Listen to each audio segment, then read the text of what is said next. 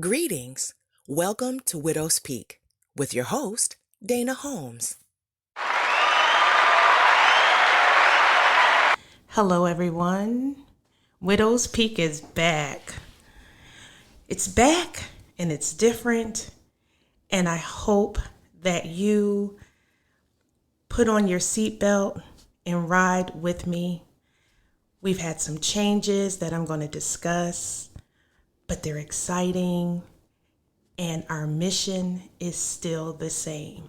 That's what's most important. The mission is still the same. I'm so excited to be bringing you some new and exciting topics with some great, wonderful people. So let's dive in. This is episode 10 of Widow's Peak. Our title today is Standing Alone. Boy, that's revelation right there for me. And I'm going to dive in and talk a little more about what I mean by that. But welcome to Widow's Peak. I am your host, Dana Holmes.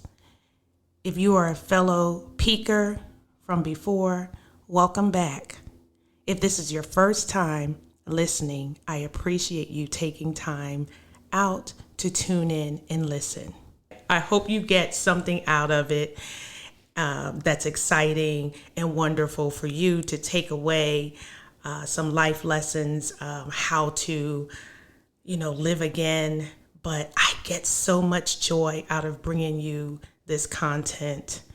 And you may be wondering what this podcast is about. If this is your first time listening, after the loss of my husband, I decided to turn my pain into passion by launching a podcast. I know, crazy, right?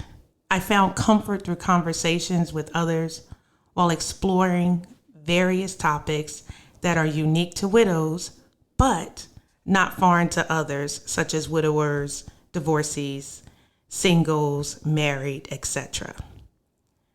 And I've heard from many of you that the content that Widow's Peak was delivering was helping you live a more appreciative life with your spouse, and also to be able to prepare and plan for that spouse if you're single or engaged. And then from others who are happily single, who have children, and who have decided that it's important that you think about the future and what your legacy will be as you hand it to them.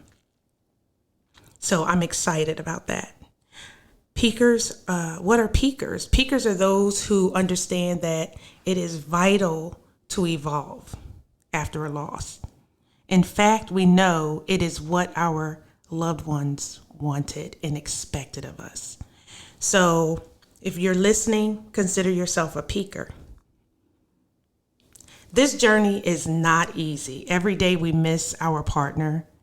It is a void that cannot be replaced. And triggers are real.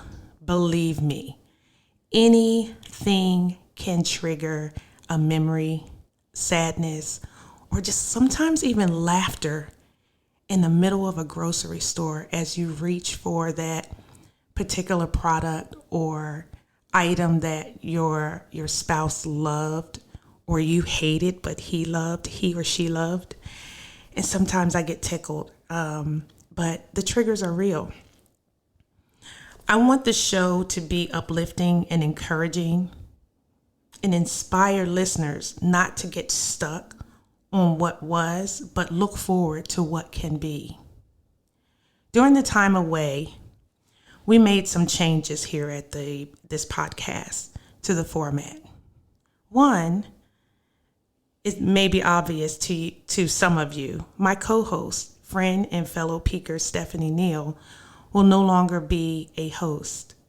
I hope to have her return as a guest from time to time, as she and I share so many similarities in history and she continues to inspire me and uplift me, and I do the same for her and encourage her. But sometimes we go through things that individually that shake us. And so we have to take a step back in a moment to focus on ourselves. And that's okay. And that's what friends are for, and we understand. The second thing is the show will move from a weekly podcast to bi-weekly and drop on Mondays instead of Saturdays. We heard from many of you that you enjoy listening to the podcast while at work or while driving to or from work. So instead of dropping this podcast on Saturday afternoons when everyone is out and about and enjoying their wonderful day, especially now that spring and summer are approaching, I understand fully. The third thing is I and the producers will continue as planned to have special guests and experts on the show to discuss important topics like estate planning, retirement savings, legacy planning, Social Security rules. Boy, is that one to unpack. And entrepreneurship, etc. There are a plethora of topics and ideas that we have stored up for you. People we're going to talk about that are experts in these fields that are just not speaking to widows, but they're speaking to women. Women are, running households these days. And whether you're married or unmarried, you have that responsibility of either raising your children, managing a household, your finances. And it's important that we even help our helpmeets. That's what we're about, right? That's what the Bible says. We're helpmeets. And so while he's making the money, even if you're a stay-at-home wife, you can help manage things, right? So we want our listeners to be educated on those things. And I appreciate those who continue to listen just to my voice, because I stand alone. I want to thank those of you who have encouraged me not to quit, but to move forward with this vision. Some of you are listening, got that phone call early on where I decided I didn't know whether or not I should move on or move forward. Can I hold this platform by myself? Can I sit here and speak by myself? Because I was so used to having my co-host and friend to bounce things off of. And she and I shared this wonderful, wonderful friendship that when we get together, we talk about everything, our kids, our late spouses, but how we're doing and how we're surviving without them.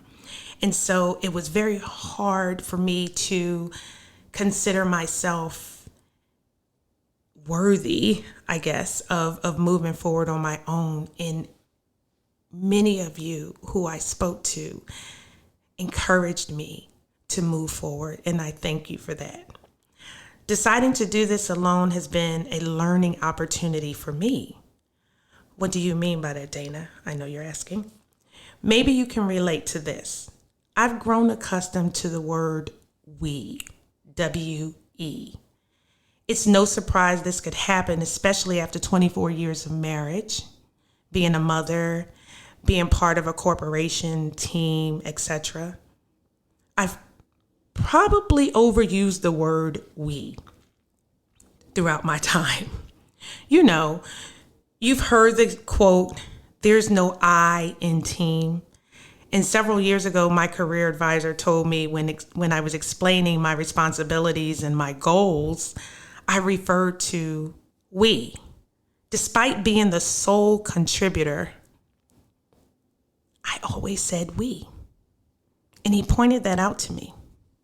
My aha moment came to me when I thought back on my life, and as I embarked on new adventures, I realized, unfortunately, I became dependent on we for strength, a false appearance of others to comfortably share the spotlight with me. Because growing up and being born in the 70s and going throughout school in the 80s and 90s, it was about teamwork.